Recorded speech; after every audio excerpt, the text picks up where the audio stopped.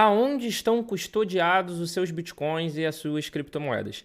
É justamente essa pergunta que a Receita Federal Brasileira quer saber a partir desse imposto de renda de 2024.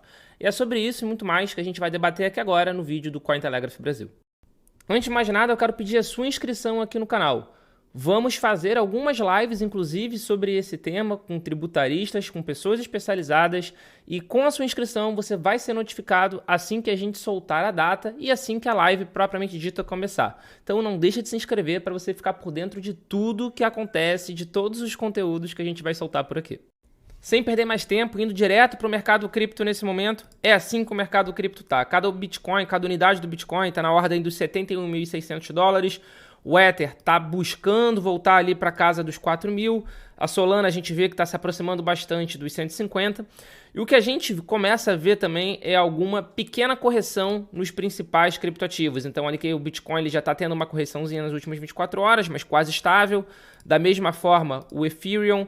E a gente vê, por exemplo, que as meme coins já estão tendo uma queda maior nas últimas 24 horas, mas mesmo assim nada muito significativo ainda, mas é natural que a gente veja essa correção.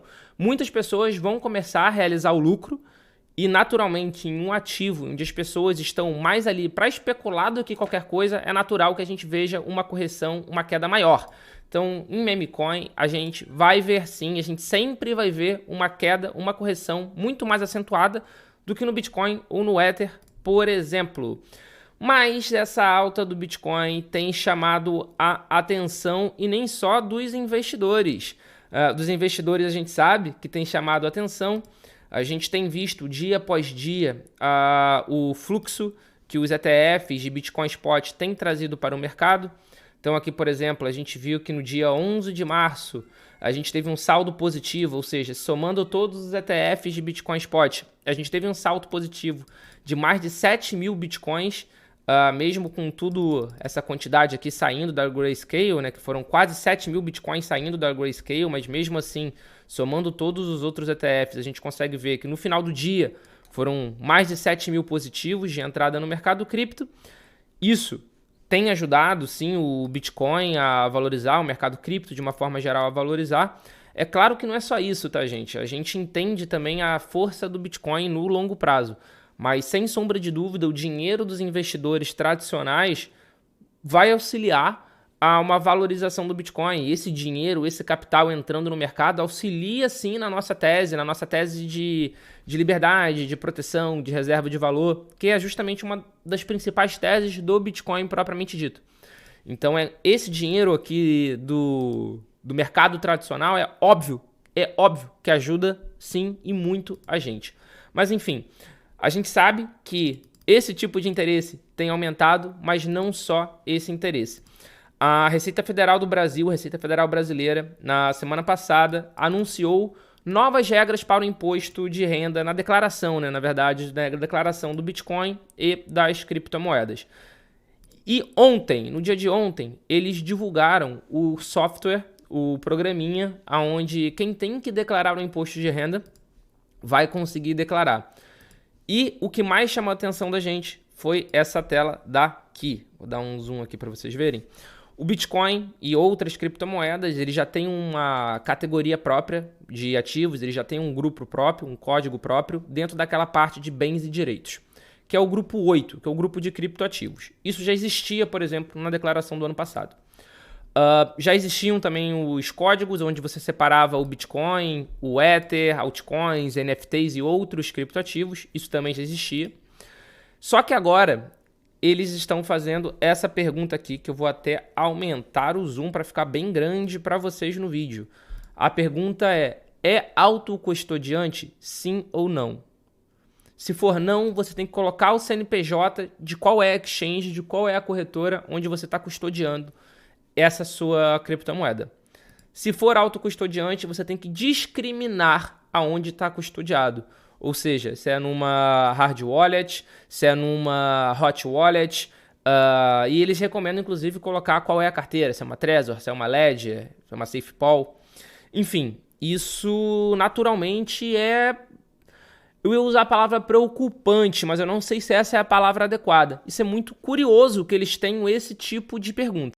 O primeiro ponto é, se não for autocustodiante, se for uma exchange brasileira, por exemplo, desde a instrução normativa 1888 de 2019, salvo engano, eles já sabem disso, porque a exchange todo final de mês e todo final de ano, ela tem que reportar os usuários. Então, se você faz qualquer transação em uma exchange nacional, por exemplo, a Receita Federal já sabe disso. A Receita Federal já é informada pela própria corretora, pela própria exchange, você não precisa fazer nada. Se você opera em uma corretora fora do Brasil, na teoria, você também teria que fazer essa declaração mensal para a Receita Federal. Então, teoricamente, eles já sabem se você está custodiando em alguma exchange. Se for na nacional, você nem tem escolha de não fazer o reporte mensal, porque a exchange vai fazer para você. Inclusive, a maior parte, se não quase que a integralidade dos P2Ps, dos vendedores peer-to-peer do Brasil, tem CNPJ. Se tem CNPJ, eles são considerados exchange. Se eles são considerados exchange, eles reportam também para a Receita Federal, por mais que alguns digam que não. Então, não sei, os que dizem que não sei como é que eles fazem, mas pela teoria, eles são sim obrigados a fazer esse reporte. E eu sei que a maior parte faz. Então, essa parte de qual é o CNPJ que está custodiando o seu Bitcoin, a sua criptomoeda, eu acho que é uma pegadinha para ver se você realmente vai declarar o que você tem. Porque eles já têm essa informação e eles conseguem fazer esse cruzamento de dados. Agora, a parte de perguntar se é autocustodiante e qual é a carteira, por exemplo, você ter que discriminar qual é a autocustódia que você está fazendo, eu acho muito curioso e eu acho até um certo ponto sim preocupante. É uma palavra forte, mas eu acho preocupante. Por que eu acho preocupante? Aqui tem um caso, por exemplo, que aconteceu nos Estados Unidos, foi divulgado em outubro do ano passado, em outubro de 2023. E o que esse caso... Qual foi esse caso? Uma pessoa da Receita Federal americana, ela se foi considerada culpada, ela se declarou culpada de ter conseguido acessar as informações privadas dos impostos de renda, né, das pessoas e vendeu esses dados para empresas. Ele vendeu. Não interessa aqui quais foram os dados que ele vendeu ou para quem ele vendeu. Ele vendeu. A grande questão é, a partir do momento que de fato você faz a declaração, ainda mais esse tipo de discriminação aqui, qual é a carteira que você está, essa informação potencialmente, não estou falando que vai, nem estou falando que pode ser, mas estou falando que potencialmente pode ser acessada por terceiros, que não tenham teoricamente o privilégio, ou por mais que tenham um privilégio enfim, por mais que tenham um privilégio, porque eles podem pegar essa informação, a pessoa que tinha um privilégio de ver aquilo, e vender para uma pessoa, para uma empresa que não tinha um privilégio de ver aquilo. Então isso se torna um fator de segurança. Ainda mais no Brasil. Imagina a pessoa sabendo que, por exemplo, você tem, não sei, 15 bitcoins custodiados, autocustodiados em uma ledger. Você se torna um alvo. A sua casa se torna um alvo, porque no próprio imposto de renda tem o seu endereço, tem todas as informações ali da sua vida. Então, esse tipo de informação me preocupa por causa disso. Porque a chance dessa informação vazar, na minha opinião, não é pequena. Não é que eu estou menosprezando a segurança de informação da Receita Federal Brasileira, muito pelo contrário, eu sei que é um órgão, é uma autarquia que busca investir muito nessa questão, mas é muito preocupante. Isso aqui é um dado muito, extremamente sensível. E o Bitcoin é algo que tem chamado muito a atenção de diversos tipos de pessoas, de diversos grupos, inclusive de criminosos. A gente já viu em São Paulo, por exemplo, quadrilhas especializadas em tentativa de roubo de Pix no celular de Pix e de exchange. Então isso é preocupante. A gente sabe que o fato aqui, por exemplo, do Bitcoin atualmente está na 8ª posição em capitalização de mercado de todos os ativos do mundo. Isso vai fazer com que cada vez mais pessoas procurem entender sobre o Bitcoin. Pessoas boas e pessoas não tão boas assim.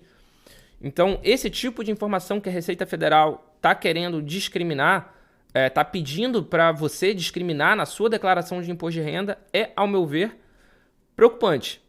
E veja bem, aqui eu nem estou falando necessariamente sobre a questão de imposto, porque tem uma diferença entre a questão de imposto e declaração. A gente sabe que quando você declara no imposto de renda, não quer dizer que você vai ter que pagar imposto sobre aquilo. No Brasil, pelo menos até esse momento, até março de 2024, você paga 15% de ganho de capital em negociações acima de 35 mil. Quando você negocia no acumulado do mês acima de 35 mil, você paga 15% em cima de ganho de capital. Na declaração do imposto de renda, você só declara que tem.